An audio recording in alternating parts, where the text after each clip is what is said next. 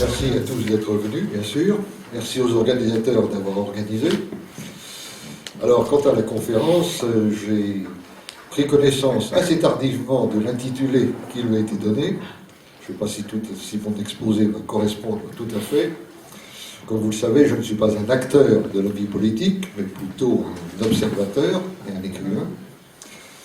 Et l'objet de mon propos sera essentiellement d'essayer de saisir le paysage politique actuel et de le saisir en rapport avec l'époque que nous vivons. Finalement, ce qui est de plus important, je crois, quand on veut réfléchir ou faire quelque chose, c'est de savoir très exactement le moment historique dans lequel nous nous trouvons. Donc je vous dirai quelques mots un peu sur le paysage politique, les forces politiques françaises, l'époque dans laquelle nous nous trouverons, et puis j'espère qu'on pourra créer un débat avec les questions que vous poserez. Alors, un petit détail technique, il m'a été indiqué qu'il y a des contraintes horaires, c'est-à-dire que nous devons impérativement avoir terminé à 10h moins le quart. Donc je ne parlerai pas trop longtemps, de façon à ce qu'il puisse y avoir un véritable dialogue entre nous. Alors, le paysage politique français, je dirais qu'aujourd'hui, ce qui le caractérise, c'est pas tout à fait récent d'ailleurs, mais ça le caractérise de toute façon à l'heure actuelle, c'est un assez prodigieux recentrage des discours. C'est-à-dire que les partis institutionnels tiennent, depuis un certain temps, des discours qui se ressemblent de plus en plus, ce qui signifie que le contraste entre les grands partis apparaît de moins en moins évident, il est en tout cas beaucoup moins net que ce n'était le cas dans le passé. Il y a évidemment beaucoup de causes à cela.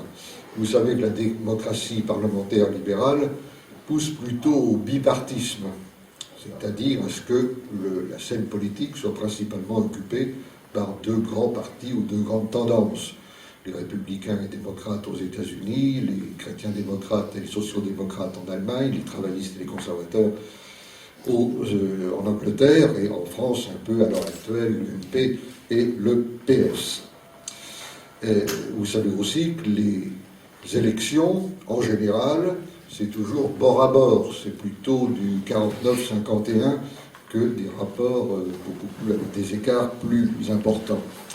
Par conséquent, l'idée s'est répandue, c'est Giscard d'Estaing qui en avait été un peu le théoricien, avec cette idée que les élections se gagnent au centre, c'est que les partis de droite doivent essayer de séduire la frange de droite des partis de gauche, et que les partis de gauche doivent essayer de séduire la frange de gauche des partis de droite. Ce qui fait que beaucoup de choses, effectivement, se jouent au centre. En dehors de ces considérations d'ordre stratégique, il y a une double évolution qui concourt à expliquer ce recentrage. Double évolution à droite et à gauche. À droite, je dirais que c'est essentiellement la montée en puissance progressive de la droite libérale ou orléaniste. Vous connaissez la distinction qu'a fait René Raymond entre les trois grandes familles de droite, la droite légitimiste ou contre-révolutionnaire, la droite bonapartiste, prolongée par tradition gaulliste si l'on veut, et puis la droite orléaniste ou libérale. La grande caractéristique de ces dernières décennies, c'est la montée de la droite libérale au détriment notamment de la droite bonapartiste. Et puis à gauche, évidemment, c'est la dérive vers une certaine forme de libéralisme également, avec notamment le ralliement implicite d'abord, puis de plus en plus explicite, des partis institutionnels de gauche au modèle de l'économie de marché. C'est-à-dire qu'il n'y a plus d'alternative économique impliquant une rupture avec le système de production actuel.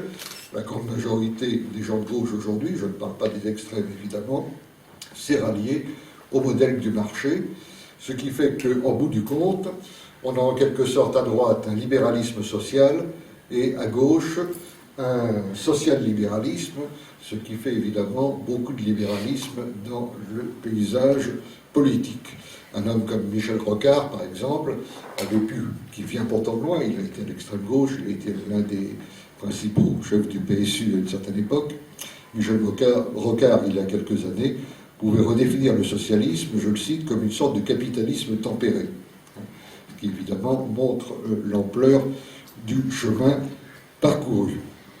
Et ce recentrage, enfin, dernier point, bien connu mais qu'il faut quand même mentionner, est encore accéléré par la pipolisation ou la personnalisation des débats politiques, qui fait que les images, télévisuelles notamment, l'emportent en importance sur les programmes, que la forme prime le contenu, et que finalement, c'est à la sympathie ou à la sympathie que l'on a pour les personnes que se décident beaucoup de choses.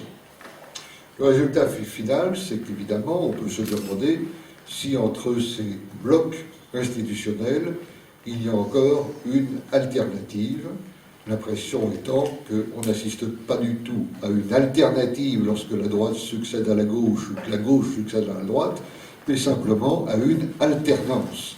Et l'alternance et l'alternative sont évidemment des choses assez différentes, de telle sorte qu'on peut se demander finalement s'il y a encore un débat et si le débat a lieu d'être. Alors, il y a évidemment à cette situation, que je décris très rapidement, un certain nombre de conséquences. La première de ces conséquences, évidemment, et ça s'est confirmé par tous les sondages, c'est que les gens voient de moins en moins ce qui spécifie la droite, ce qui spécifie la gauche, c'est-à-dire en clair, en quoi se différencient fondamentalement la droite et la gauche qui s'agitent sous leurs yeux. Dans le passé, pour faire un très bref retour historique, le clivage droite-gauche a tourné autour d'un certain nombre de questions différentes. Pour mémoire, jusque vers la fin, le dernier quart du XIXe siècle, c'était essentiellement un débat sur les institutions. C'est-à-dire, est-ce qu'on était pour la République ou est-ce qu'on était pour un retour à la monarchie? Ce débat a été tranché en 1875, au moment où la Troisième République est apparue et où le système républicain s'est instauré de manière définitive en France. Il y a eu ensuite une querelle d'ordre religieux à partir de 1880, qui a abouti en 1905 à la séparation de l'Église et de l'État, mais qui, comme vous le savez peut-être, s'est traduite par des polémiques extrêmement violentes.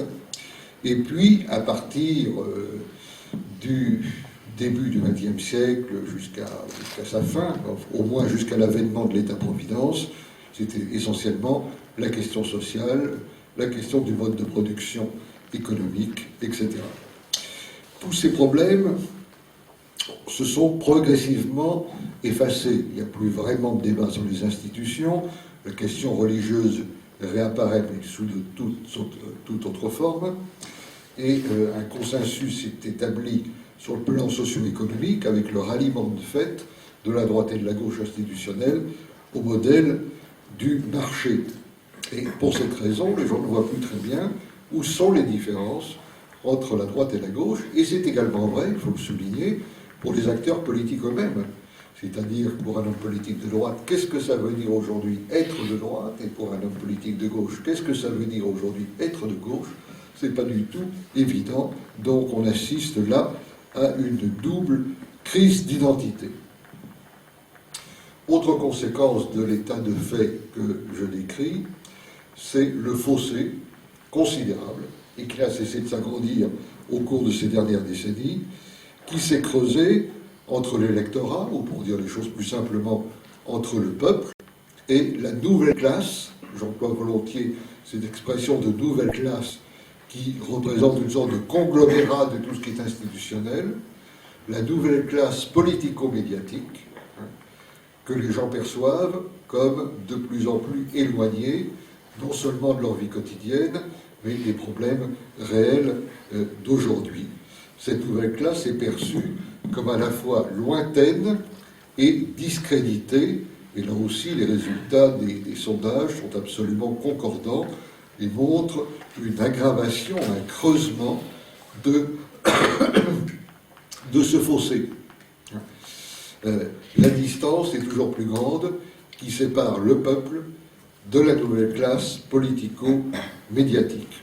C'est le phénomène qui a très souvent été décrit par l'expression de crise de la représentation, qu'il faut comprendre bien sûr comme une crise de la démocratie purement représentative, c'est-à-dire cette démocratie parlementaire qui est caractéristique du système libéral et constitutionnel. La démocratie représentative, en d'autres termes, apparaît chaque jour plus clairement comme intrinsèquement oligarchique, c'est-à-dire impliquant entre les représentants et les représentés un espace qui n'est pas prêt de se combler. La critique de la démocratie représentative a été faite évidemment de longue date, à commencer par Jean-Jacques Rousseau. Vous savez que Jean-Jacques Rousseau a adressé de très violentes critiques au système parlementaire anglais et qu'il en tenait pour la formule fondatrice, au fond, de la démocratie, qu'il a définie comme un régime de peuple souverain. Et Rousseau disait très justement que dès l'instant où le peuple se dessaisit de sa légitimité et surtout de son pouvoir au profit de ses représentants, et bien à ce moment-là, il était dépossédé de sa souveraineté. Cette critique a été poursuivie dans d'autres secteurs politiques. Je pense en particulier au XXe siècle au juriste allemand Carl Schmitt.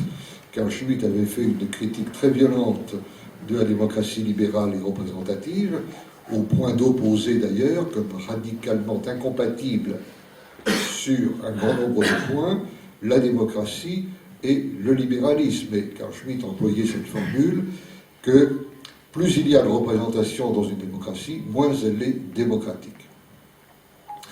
Donc ce fossé qui existe aujourd'hui entre le peuple et la nouvelle classe vient de loin, en quelque sorte, même s'il s'est beaucoup accéléré. Je faisais tout à l'heure allusion aux sondages, mais il n'y a pas que les sondages, évidemment. On pourrait rappeler un certain nombre d'événements. Je pense en particulier au référendum du 29 mai 2005 sur l'Europe, que beaucoup d'entre vous ont encore en mémoire, où tout ce qui était institutionnel, tous les grands partis de droite et de gauche, toutes les chaînes de télévision, toutes les grandes chaînes de radio, etc., avaient fait campagne en faveur du oui au référendum sur l'Europe, et c'est le non qui l'a emporté, n'est-ce pas ? Alors que presque personne, sinon dans les marges, n'avait fait campagne pour le non. Et là, on a vraiment vu à quel point ce fossé séparant le peuple et la nouvelle classe était devenu vraiment extrêmement profond. C'est si vrai d'ailleurs qu'on s'est bien gardé depuis de reconsulter à nouveau le peuple sur ce genre de questions, et qu'on a refait voter certaines populations jusqu'à ce qu'elles produisent finalement le vote attendu. Et enfin, à ce chapitre, je citerai un sujet qui, lui, est très à la mode. Si la critique de la démocratie représentative est ancienne, ça c'est beaucoup plus nouveau, c'est le populisme et la critique du populisme. Nombreux sont les auteurs, de droite et de gauche d'ailleurs, je pense à des auteurs de gauche comme Nicolas Wald, qui avait des livres très fondamentaux sur cette question, qui n'ont pas eu de peine à montrer que devant la critique du populisme, en fait, il se cache bien souvent une critique du peuple et une critique du populaire, tout simplement, qui est particulièrement tragique pour les partis de gauche, puisque historiquement, ce sont ceux qui se sont voulus, de manière la plus constante, les porte-paroles de ces classes populaires. On voit très bien aujourd'hui à quel point, là aussi il y a eu des livres sur ce sujet, à quel point le fossé s'est creusé, là spécifiquement, entre les partis de gauche et le peuple qui ne se reconnaît plus dans ces appareils bureaucratiques faits de notables et de fonctionnaires et qui ne sont plus du tout à l'écoute de leurs préoccupations. Alors, autre conséquence, bien entendu, eh bien, c'est ce que l'on constate dans les consultations électorales. Ici, il faut ouvrir une brève parenthèse. pour dire qu'un phénomène très important des 20 ou 30 dernières années a été la dissolution progressive des familles politiques au sens électoral du terme, qui étaient souvent d'ailleurs des familles politico-religieuses. Je veux dire par là qu'il y avait dans les différentes régions de France des familles où, par tradition et en quelque sorte de génération en génération, on votait tout le temps à gauche, tout le temps à droite, pour les mêmes partis. Ce phénomène est en train de se dissoudre de façon presque complète. Il y a encore certaines traditions locales qui demeurent, bien entendu, mais on voit très bien que, d'abord, les familles tout court ont explosé, hein, comme on le sait. Les familles se sont recomposées sur le plan marital, conjugal, sentimental et autres, et il en est allé de même, finalement, de leurs aspects politiques. Et on a assisté alors à ce phénomène que les politologues appellent le phénomène de l'électorat volatile. C'est-à-dire que lorsqu'on fait des enquêtes d'opinion, on s'aperçoit qu'un nombre de plus en plus grand d'individus, au cours des 5, 10, 20, 30 dernières années, ont voté pour toutes sortes de partis. Il y en a même qui ont tout essayé. Ils ont voté de l'extrême droite à l'extrême gauche, en passant par tout ce qu'il y a entre les deux, parce que finalement à chaque fois ils étaient déçus, donc ils s'est dit avec cela ça va peut-être marcher. Bon, ils en croient, ils étaient généralement déçus également. Et à ce moment-là, tout ça a débouché sur l'autre conséquence électorale, qui est tout simplement l'abstention. Les gens se disent qu'ils sont toujours déçus, que ça ne marche jamais. Quand c'est la droite, ils ont cessé de croire à la gauche. Quand c'est la gauche, ils ont cessé de croire à la droite. Ils se disent que la vraie vie est ailleurs. Et finalement, le jour des élections, ils restent chez eux.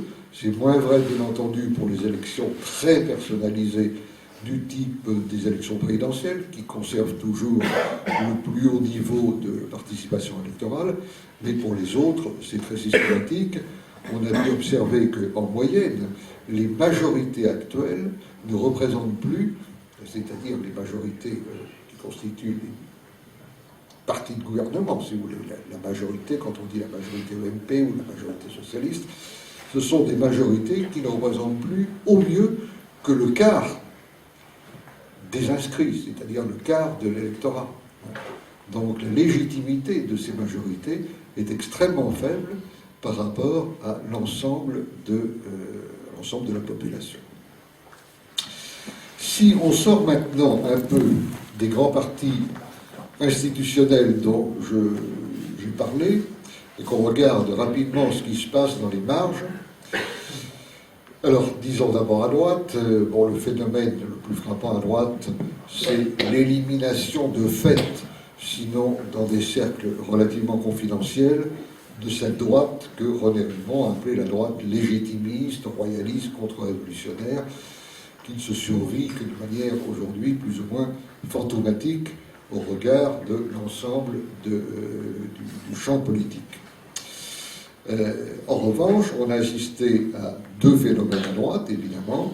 À partir de 1980-82, la montée du Front National en liaison évidente avec le phénomène de l'immigration. Il n'y a pas tellement à épiloguer là-dessus, même si aujourd'hui, demain plus exactement, le Front National est peut-être appelé à ouvrir une nouvelle page de son histoire. C'est un parti de type populiste, plus précisément national-populiste, qui a dû son succès au fait qu'il abordait de façon directe le problème de l'immigration que les autres partis n'abordaient pas, mais qui en même temps a sans doute trouvé sa limitation dans le fait qu'il parlait presque exclusivement de l'immigration, ce qui était donc à la fois la cause de son succès, mais la raison pour laquelle il ne dépassait pas un certain étiage dans les résultats politiques, apparaissant de ce fait beaucoup plus comme un parti protestataire que comme un parti de gouvernement. L'autre phénomène, un peu moins important peut-être, c'était l'apparition du souverainisme, réaction à la manière dont l'Europe, la construction européenne, s'est poursuivie, notamment à partir du traité de Maastricht, de la constitution de l'espace Schengen, etc., etc. Beaucoup de gens se sont aperçus que la souveraineté dont les États-nations acceptaient de se défaire ne se retrouvait pas, bien au contraire, au niveau européen, et on a assisté à cette poussée souverainiste qui est plutôt un repli sur l'espace national et un rejet excessif, à mon sens, non seulement de l'Europe telle qu'elle s'est faite ces dernières années, ce qui serait légitime, mais le rejet, bien souvent, de toute forme de construction européenne, de toute Europe, quelle qu'elle soit, phénomène par quoi le souverainisme est apparu finalement comme une sorte de restaurationnisme, de désir de retour en arrière vers un stade des choses qui, je le crains, est aujourd'hui totalement dépassé. Le souverainisme, d'ailleurs, marque un petit peu le pas, même s'il est incontestable que l'Europe est aujourd'hui tout à fait bloquée. Un homme comme Nicolas Dupont-Aignan, par exemple, ne touche pas véritablement les foules. Philippe de Villiers vient de mettre un terme à sa carrière politique, et par conséquent, c'est un milieu qui patine un petit peu. À gauche, dans les extrêmes, les deux phénomènes, à mon avis, les plus importants, c'est d'une part que le Parti communiste n'est plus communiste, sinon nominalement, depuis déjà pas mal de temps. Il a successivement renoncé à tout, la dictature du prolétariat, la révolution, la rupture avec le capitalisme. Aujourd'hui, c'est en fait un parti social-démocrate. Les deux évolutions, PS et PC, sont d'ailleurs allées ensemble. Le Parti socialiste est devenu un parti social-libéral, en même temps que le Parti communiste devenait un parti, grosso modo, social-démocrate. Dans le même temps, d'ailleurs, les syndicats sont devenus, au fil des années, de plus en plus réformistes. Aucun d'eux, évidemment, n'appelle à une rupture violente avec le capitalisme. Et puis alors, à la gauche du Parti communiste, dans les différentes mouvances qu'on appelle, pour faire vite, gauchistes, mais qui peuvent parfois recouvrir des réalités un peu différentes, on a assisté à des phénomènes assez étranges. Je dirais d'abord une certaine boboisation de ce milieu. Les milieux trotskistes en particulier se sont très fortement boboisés en concentrant leur lutte non plus sur l'action politique proprement dite, mais sur les phénomènes dits de société, le mariage gay, les homosexuels, le féminisme, l'avortement, etc., etc. Et avec cet autre aspect que, évidemment, ces luttes, quoi qu'on en puisse en penser, finalement n'intéressent pas, ne passionnent pas absolument le peuple français, qui ne se sent pas directement concernés par ce qu'il perçoit au mieux comme des luttes relativement marginales. Et on a vu dans ces milieux d'extrême gauche, finalement, le souci de trouver une sorte de peuple de rechange. N'oubliez pas qu'une grande partie du peuple est passée au Front National à une certaine époque. Le Parti communiste est devenu presque un fantôme. Marie-Georges Dubuffet a eu 1, je ne sais quoi aux dernières élections présidentielles. C'est un parti qui faisait, dans les années 50, jusqu'à 25% des voix. Il ne faut pas oublier ça quand même. Donc, il y a eu un déclin formidable du Parti communiste. Et le peuple a quitté ces partis. Donc, ils ont voulu trouver un peuple de remplacement. Et le peuple de remplacement, c'était bien souvent les sans-papiers, les travailleurs immigrés, etc. Donc, le sans-papiérisme comme substitut au prolétariat.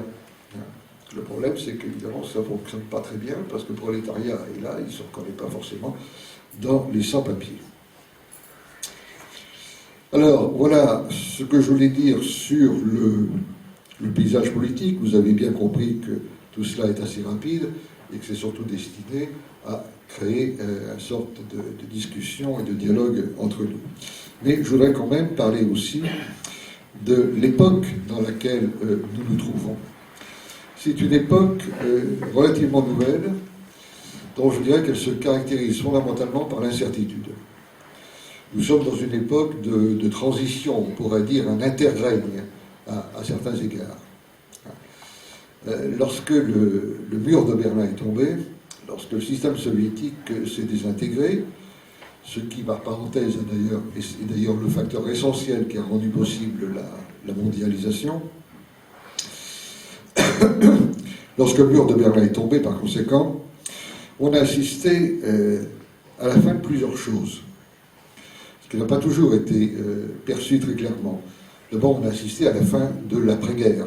L'après-guerre avait été caractérisée par l'ordre de Yalta, le système de la guerre froide, et évidemment, l'Union soviétique disparaissant, c'était la fin de l'après-guerre. C'était également la fin du XXe siècle. Nous avons eu, pour reprendre une expression qui a été utilisée par plusieurs auteurs, nous avons eu un siècle court au XXe siècle. C'est un siècle qui commence en 1914 et qui finit avec commence en 1914 avec le début de la Première Guerre mondiale, bien entendu, et qui finit en 1989 avec la chute du mur de Berlin, la désintégration du système soviétique. Mais c'est aussi une troisième fin. C'est la fin de quelque chose de beaucoup plus vaste, qui est le vaste cycle de la modernité, entamé dès la Renaissance avec des racines sans doute plus anciennes, mais qui s'affirme avec la révolution industrielle et puis avec, évidemment, 18e, 19e et 20e siècle. Cette modernité a été caractérisée politiquement par le règne de l'État-nation, qui a été le sujet central de l'époque moderne, et qui est aujourd'hui entré en crise, au moins depuis les années 30, et dont on voit bien aujourd'hui qu'il est de plus en plus impuissant, de plus en plus paralysé, incapable qu'il est à la base de répondre aux problèmes quotidiens de la vie des gens, et à la tête de faire face aux phénomènes d'emprise planétaire et aux défis qui s'expriment à ce niveau précisément planétaire, donc contesté à la fois par le bas et par le haut, et de plus en plus puissant, surtout dans le domaine politique, car il reste tout à fait capable, évidemment, en matière de police, de surveillance, puisque nous sommes entrés à certains égards dans l'ère de la surveillance généralisée.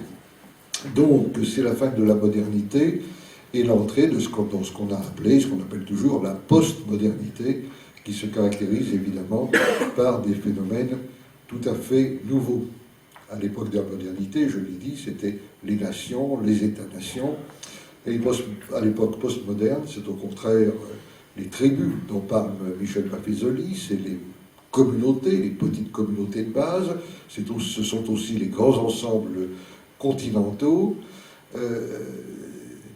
Les crises politiques aboutissent moins à des révolutions qu'à des implosions. Ça n'explose plus, mais ça implose. Et surtout, c'est la fin de tout ce qu'il y avait de durable dans la modernité. Je veux dire par là que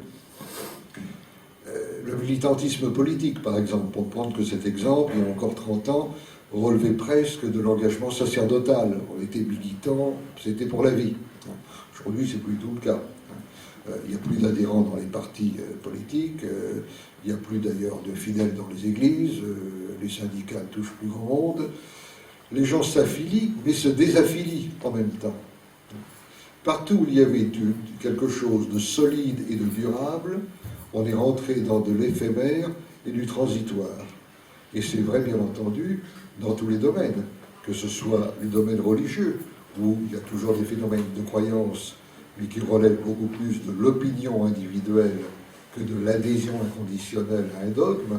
Les catholiques eux-mêmes sont catholiques maintenant conditionnellement, ils sont d'accord avec le pape sur ceci ou cela, mais quand on parle contre la pilule préservative, ils ne sont pas d'accord, etc. Chacun se fait sa religion à la carte, finalement. C'est vrai dans le domaine affectif et sentimental. On voit bien que les couples se font et se défont beaucoup plus rapidement dans la moyenne de la population qu'autrefois. Les gens ne se marient plus, d'ailleurs. Il n'y a plus que les curés homosexuels qui veulent se marier. Les mariages sont sanctionnés de plus en plus vite par des divorces. Donc il y a une espèce de turnover, ça tourne de plus en plus vite. Le travail lui-même explose, c'est-à-dire que les contrats à durée déterminée supplantent les contrats à durée indéterminée, c'est le même phénomène. Hein. On est toujours dans l'émiettement, dans l'effritement, dans le transitoire. Lorsque l'on voit les luttes sociales, il y a toujours des luttes sociales, bien entendu, mais elles sont très partialisées. Vous voyez des travailleurs qui sont en grève, type les Conti, chez Continental, hein, parce qu'ils protestent contre une réforme de leur statut, contre une délocalisation, contre une baisse de salaire qu'on leur impose. C'est un combat qui est totalement local. Les gens s'engagent et ils vont s'engager aussi longtemps que cette lutte-là va durer, mais ça ne dure jamais très longtemps, et après, ils se retirent.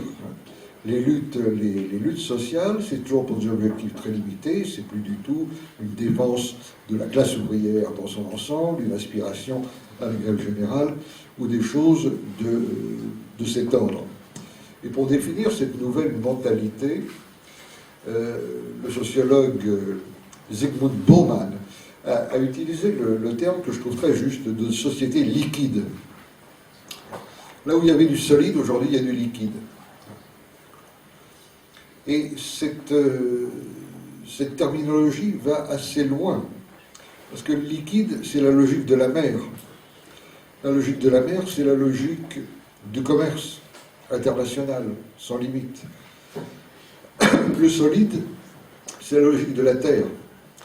La logique de la terre qui est la logique tellurique, donc politique également. Il y a là comme une dialectique très forte. La terre, c'est la frontière. La mer, c'est le flux, le reflux, la vague. Et regardez aujourd'hui des phénomènes comme Internet, par exemple, est organisé par réseau, par flux. Nous sommes passés de l'ère des frontières dans l'ère des flux et des reflux. C'est-à-dire, effectivement, comme le dit Bauman, d'un monde solide, où les choses étaient durables, à un monde transitoire, éphémère, et par conséquent, à un monde liquide.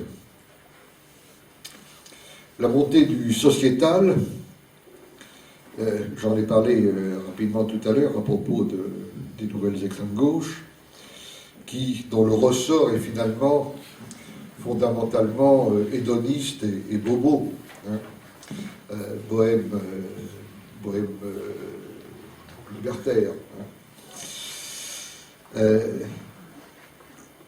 Il en ressort une crise générale du politique pris dans son essence même, dans la nature du politique, qui aujourd'hui est attaqué de toutes parts, et je dirais est attaqué au moins sur 4 fronts. Les prérogatives du politique sont d'abord réduites par l'économique, évidemment, les prérogatives commerciales, c'est-à-dire que le marché s'impose comme un modèle paradigmatique des rapports sociaux au détriment de l'autorité politique. L'idée la plus répandue, évidemment conforme à l'idéologie libérale, c'est que le politique ne doit pas interférer dans la vie des marchés, dans l'ajustement spontané de l'offre et de la demande, s'abstenir de toute mesure tarifaire, de protection. Donc l'économique, le commercial doit primer sur le politique. Ça, c'est une première limitation du politique. Une deuxième, c'est une limitation juridique, et là, c'est la thématique de l'idéologie des droits de l'homme. L'idéologie des droits de l'homme qui a d'ailleurs une double face, à la fois juridique et morale, qui s'instaure aujourd'hui comme une sorte de nouvelle religion civile, et qui prétend dire, oui, le bien, qui détermine la nouvelle bien-pensance, et qui limite aussi le politique. Car si une décision politique est prise, fût-ce de la manière la plus démocratique, c'est-à-dire en bénéficiant de l'assentiment d'une majorité de votants, mais qui n'est pas conforme à l'idéologie des droits de l'homme, alors on va voir apparaître ce conflit que j'évoquais tout à l'heure entre libéralisme et démocratie, où les gens vont dire non, une décision démocratique qui n'est pas conforme aux droits de l'homme, on ne peut pas la retenir. Et d'ailleurs, en France, elle sera très probablement cassée par le Conseil constitutionnel, qui se référera à la Déclaration universelle des droits de l'homme, au préambule de la Constitution de 1946, etc., etc. Troisième limitation du politique, l'élément moral. Alors on le trouve déjà dans l'idéologie des droits de l'homme, je viens de le dire, mais c'est également tout ce phénomène de bien-pensance que nous voyons se développer aujourd'hui, auquel on a donné autrefois le nom de terrorisme intellectuel, puis de nouvelle inquisition, et aujourd'hui on parle plus volontiers de pensée unique. Je n'insiste pas sur ce sujet, je pense que chacun a à l'esprit des exemples du politiquement correct et de la pensée unique. Et puis enfin, la dernière limitation, et non la moindre, bien qu'on en parle moins souvent, de l'élément proprement politique, c'est la limitation par la technique, et là je pense à ce qu'on appelait autrefois la technocratie, et qui vaudrait mieux appeler aujourd'hui l'expertocratie, c'est-à-dire cette idée que tous les problèmes politiques ne sont en dernière analyse que des problèmes techniques qu'on peut résoudre très rationnellement, car finalement, pour chaque problème, non seulement il y a toujours une solution, bien entendu, mais il n'y a qu'une bonne solution. Donc le travail nécessaire, c'est de déterminer quelle est cette bonne solution, et ça c'est le travail des experts. Et là on élimine quelque chose qui est intrinsèquement lié à l'essence même du politique, qui est la possibilité de choisir. En politique, il y a toujours des choix, car ces choix dépendent des finalités que l'on se fixe. Par conséquent, un problème ne peut pas être redevable d'une seule solution, une solution purement technique. Mais le règne de l'expertocratie tend à nous faire penser autrement. J'ai évoqué à plusieurs reprises cette formidable poussée du libéralisme, principalement sous son aspect économique et social, commercial. Évidemment, ce n'est qu'un autre nom du capitalisme. Et là aussi, très vite, il faut voir que le capitalisme a muté au cours de son histoire, sans remonter bien loin si on part du XVIIIe siècle. On s'aperçoit que le capitalisme a d'abord été fondamentalement un capitalisme marchand, qu'il est ensuite devenu au XIXe siècle un capitalisme industriel, et qu'aujourd'hui il tend à devenir de plus en plus profondément un capitalisme financier. La caractéristique du capitalisme financier, c'est d'une part qu'il est en grande partie déconnecté de l'économie réelle. Vous savez que dans les innombrables échanges dont les marchés financiers sont le lieu, la plupart de ces échanges portent sur des activités boursières spéculatives qui n'ont pas grand rapport avec l'économie réelle. Et la deuxième grande caractéristique du capitalisme financier actuel, c'est sa totale déterritorialisation. Et ça, c'est une mutation évidemment très importante, notamment par rapport au capitalisme industriel, qui, à l'époque, au XIXe siècle, par exemple, au début du XXe encore, possédait en général encore un ancrage national. Chaque pays, bien entendu, avait son capitalisme, et entre ces différents capitalismes, il y avait des liens qui se créaient, mais enfin, il y avait un capitalisme français, allemand, italien, américain, etc. Aujourd'hui, on est dans le règne des multinationales ou des transnationales, c'est que les ancrages nationaux tendent à s'effacer. Les produits eux-mêmes sont composés d'une foule de pièces détachées qui viennent de tous les coins du monde. Et la mondialisation, évidemment, permet à ce capitalisme déterritorialisé, d'avoir une stratégie véritablement planétaire, c'est-à-dire de procéder aux délocalisations qui l'arrangent, de transporter ses unités de production et ses marchés là où les contraintes fiscales, sociales, écologiques sont évidemment les moins fortes. Je n'irai pas plus loin dans la description du capitalisme financier, mais je crois qu'il est important de bien voir la congruence qu'il y a entre la mondialisation comme phénomène auquel nous assistons aujourd'hui, comme constitutif de l'horizon dans lequel nous vivons, et cette déterritorialisation de l'emprise générale du capital, avec comme condition, et là on retombe sur les problèmes intérieurs, évidemment, le fait que nous sommes sortis de l'époque fordiste. Pour dire les choses là encore assez vite. Il y a eu une époque du capitalisme, le 19e siècle, qu'on appelait le capitalisme sauvage, C'est-à-dire qu'on était dans un jeu à somme nulle. Il y avait les travailleurs, il y avait les patrons. Et les patrons cherchaient à limiter le plus possible les salaires des travailleurs, et les travailleurs cherchaient à, évidemment, limiter les bénéfices des patrons pour augmenter leur salaire. Donc c'était une lutte très, très sauvage, avec des grèves formidables, des grèves générales, etc. etc. Bon. Et puis on est entré dans l'ère du Fordisme. Qu'est-ce que ça veut dire? Ça porte le nom de Henry Ford, évidemment, l'industriel américain.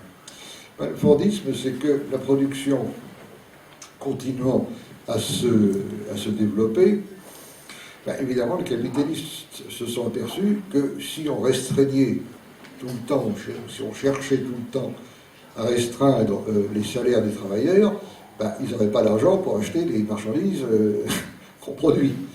Donc il était plus intelligent de réévaluer à la hausse les salaires, parce que finalement, ça diminuait apparemment dans l'immédiat les bénéfices, mais finalement ça allait augmenter à terme, puisque cette hausse des salaires donnait une hausse du pouvoir d'achat, qui allait donc être réinjectée dans le circuit commercial, et c'est comme ça qu'on a marché jusqu'à une période tout à fait récente.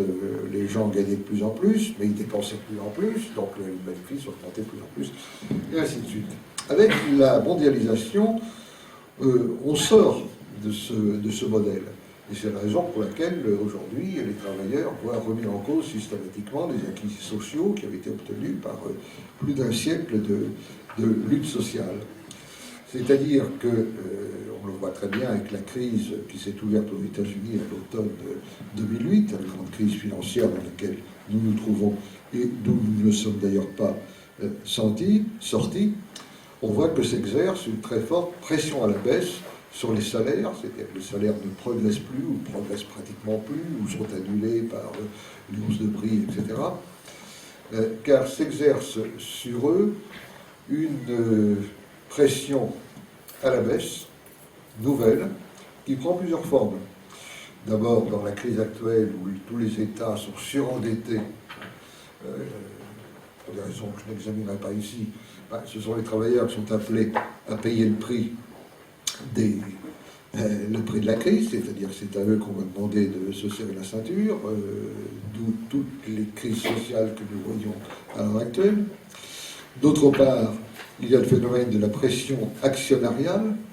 Il y a une époque, les actionnaires faisaient vivre les entreprises. Aujourd'hui, c'est les entreprises qui font vivre les actionnaire. C'est-à-dire que les véritables patrons des grandes entreprises, celles qui sont cotées en bourse notamment, ce sont les actionnaires. C'est plus du tout les PDG, les managers, ce sont les actionnaires. Et les actionnaires aujourd'hui se sont habitués à réclamer un retour sur investissement aussi rapide de l'argent qu'ils avancent. C'est des retours sur investissement de 15%, 20% par an. Et pour augmenter la marge qui va être reversée chaque année aux actionnaires, eh bien, évidemment, on rogne sur, partout où il est possible de rogner, notamment sur les salaires, et on procède au troisième facteur qui va jouer à la baisse sur les salaires, ce sont les délocalisations. Car dès l'instant où il est possible d'obtenir le même travail dans des pays du tiers-monde ou des pays émergents où le niveau de vie fait que les salaires sont 10, 20, 40, 50 fois, 100 fois plus bas, évidemment, il y a tout intérêt à délocaliser au maximum. Et c'est ainsi que s'est transformé et que se transforme toujours aujourd'hui la condition des classes moyennes. Car les classes populaires ne sont pas les seules à payer les frais de la situation actuelle. Ce sont aussi les classes moyennes qui, pour la première fois, se retrouvent à nouveau, je dis la première fois depuis longtemps, se retrouvent en situation de déclassement, voire de paupérisation. Et ça, c'est un phénomène tout à fait nouveau. La grande période d'expansion des classes moyennes a correspondu à ce qu'on a appelé les 30 glorieuses. À cette époque-là, le capitalisme avait encore un ancrage national, on était dans le système fordiste, et par ailleurs, l'État-providence faisait en sorte qu'il y avait un système social, d'assistance sociale assez, de sécurité sociale assez développé. Ce qui signifie que, d'une part, la classe moyenne s'est très fortement développée, et surtout que lorsqu'on rentrait dans la classe moyenne, on n'en ressortait plus. Et les enfants que l'on avait, d'emblée, étaient dans la classe moyenne et n'en ressentaient plus. Or, aujourd'hui, tous les statisticiens et démographes et sociologues constatent au contraire qu'on commence à retomber, à se reprolétariser en sortant de la classe moyenne. Le capitalisme qui s'était fait un allié des classes moyennes à l'époque fordiste, aujourd'hui s'en fait en quelque sorte des ennemis et pratique leur euthanasie. Qu'est-ce qu'on peut dire encore sur la situation où nous sommes? Bien, par rapport à l'examen du paysage politique, mise en perspective par cette espèce de coup de projecteur que j'ai essayé de donner sur l'époque où nous sommes, mais une chose qui saute aux yeux, c'est que le peuple est totalement en déshérence aujourd'hui. Quand je dis le peuple, j'entends l'ensemble du peuple français et du peuple en général, en Europe et ailleurs. J'entends aussi le mot dans son acception de classe populaire. J'ai évoqué à l'instant les classes moyennes qui se sont fortement développées. Cela dit, on a exagéré l'expansion des classes moyennes. Lorsqu'on regarde les chiffres, quand on additionne en France les ouvriers et les employés, on s'aperçoit que ça fait toujours la majorité de la population. Malgré le développement du tertiaire, qui est incontestable, malgré le développement des services, malgré le développement de l'économie informelle, etc., etc. Les classes populaires, ce sont elles qui payent de plein fouet le prix de la crise. Ce sont elles aussi qui subissent de plein fouet les problèmes d'insécurité, liés en partie au moins à l'immigration. Les classes moyennes, je l'ai dit, elles sont menacées de déclassement et de paupérisation, classes moyennes dans les fractions les plus inférieures. Le peuple est coupé de la nouvelle classe politico-médiatique pour les raisons que j'évoquais tout à l'heure. Et cette coupure est encore aggravée par le fait que sur les problèmes qui lui tiennent le plus à cœur, il n'est jamais consulté. Je citais tout à l'heure l'exemple du référendum de 2005 sur l'Europe, qui a été un peu l'exception qui confirme la règle. La construction européenne s'est effectuée sans que l'on consulte le peuple sur ces grandes étapes. Le peuple n'a pas été consulté non plus sur l'immigration, sur quantité de phénomènes de société où qu'il estime, à tort ou à raison, et généralement à juste titre, comme important. Donc, cette démocratie devient non seulement n'est plus représentative, mais à certains égards, elle devient une pure mascarade. J'ajouterais que la lutte des classes n'est pas un mythe, qu'elle existe toujours.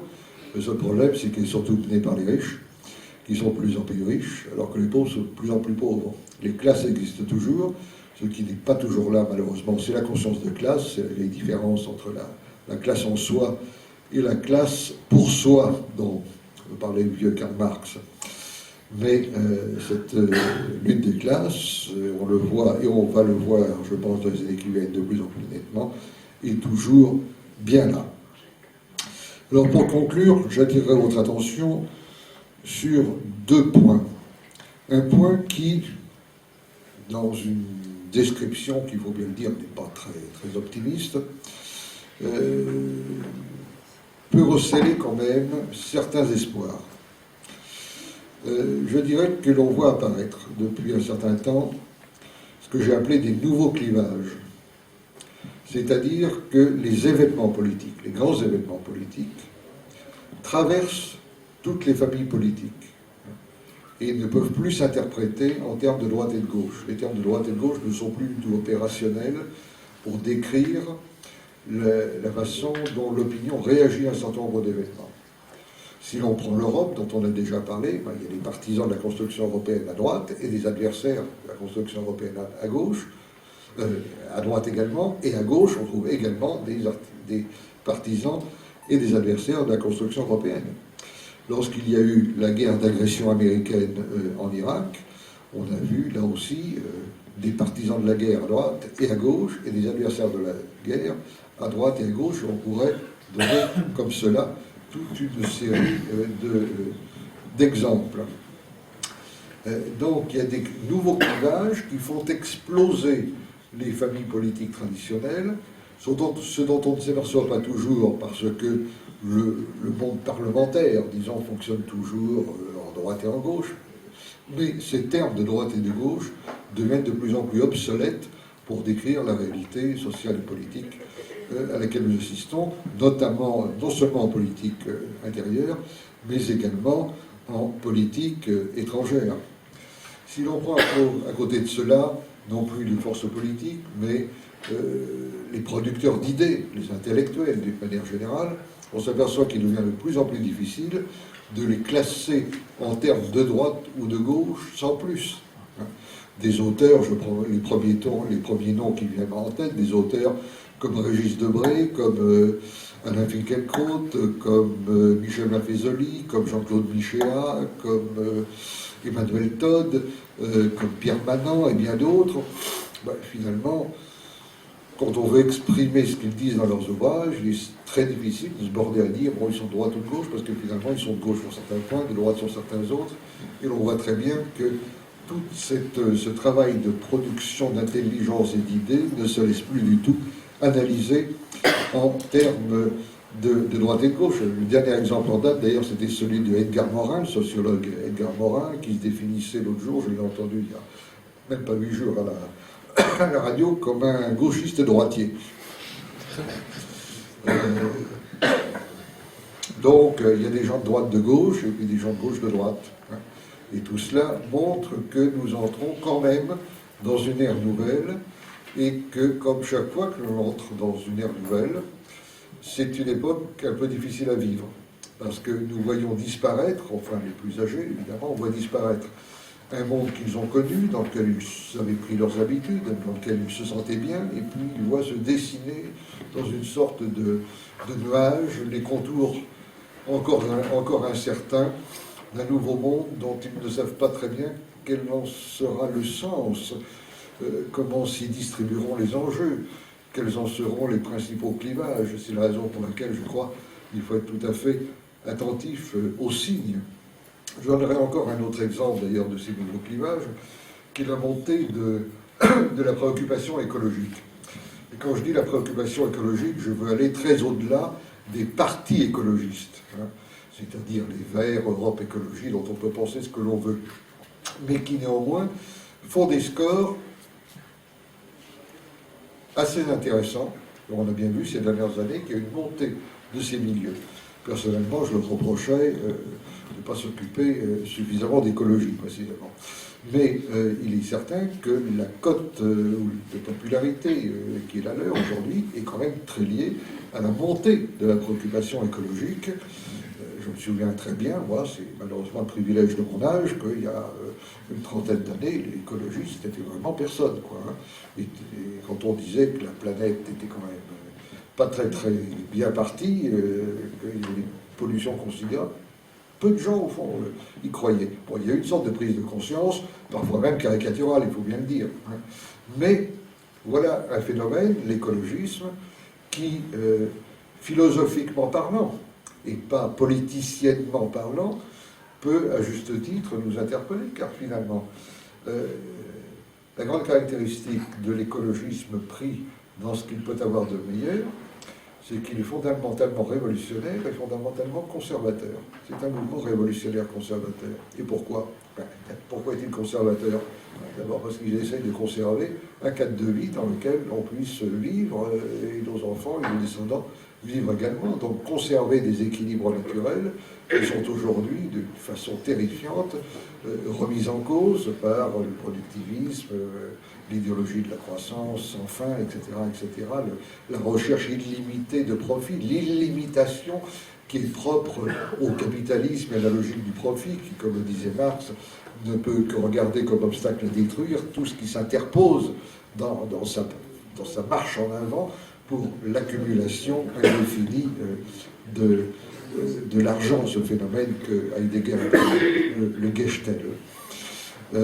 Donc, il y a un côté, évidemment, conservateur à la démarche écologique. En même temps, il y a un côté révolutionnaire, parce que cette conservation ne peut plus être acquise aujourd'hui que par une rupture totale avec les idées dominantes.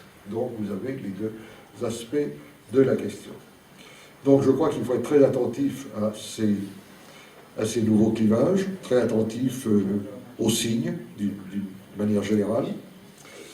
Le point le plus négatif étant évidemment l'impact persistant de l'hédonisme et surtout de l'individualisme matérialiste, pour accumuler des mots un peu abstraits, dans la vie des sociétés où nous sommes. Pour dire les choses d'une formule simple, nous vivons dans des sociétés où rien n'a plus de valeur, mais où tout a un prix. Alors, c'est la différence entre le prix et la valeur. C'est là-dessus qu'il faut évidemment réfléchir. Et dans ce type de société, eh bien, on assiste à la disparition de tout grand projet collectif tel que la modernité, on l'avait connu incontestablement, pour le meilleur et pour le pire.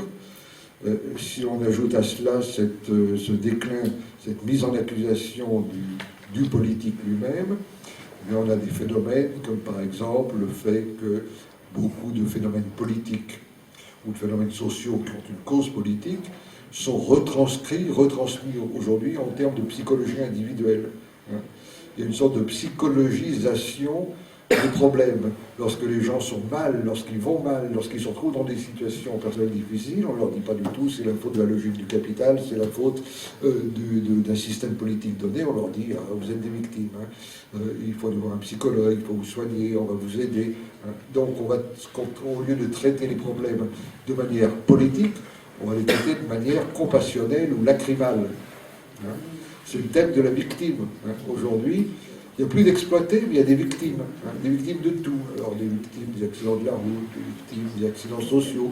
Tout ça est pris dans une espèce de même dénomination, et on traite ça avec des cellules de soutien psychologique, des séances devant les psychologues, etc.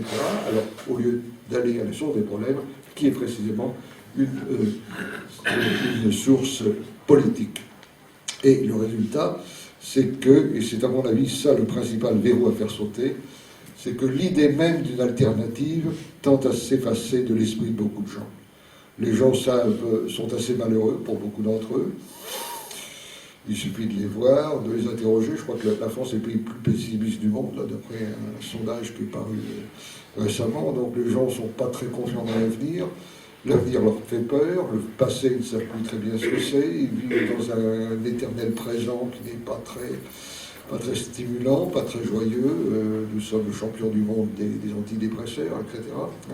Et en même temps, le message qui leur est distillé de manière insensible par tous les médias et par tous les hommes politiques, c'est que cette société est sans doute imparfaite et qu'il n'y en a pas de meilleure. Qu'on peut l'améliorer à la marge, par une sorte de réformisme perpétuel, mais qu'une rupture radicale avec ses fondements, ses valeurs, sa façon de voir le monde, sa façon de voir l'homme, c'est pas possible parce que ça ne mène qu'à l'échec ou à l'abomination. Donc la société actuelle est placée, plus ou moins consciemment, dans l'horizon de la fatalité, dans l'horizon de l'inéluctable.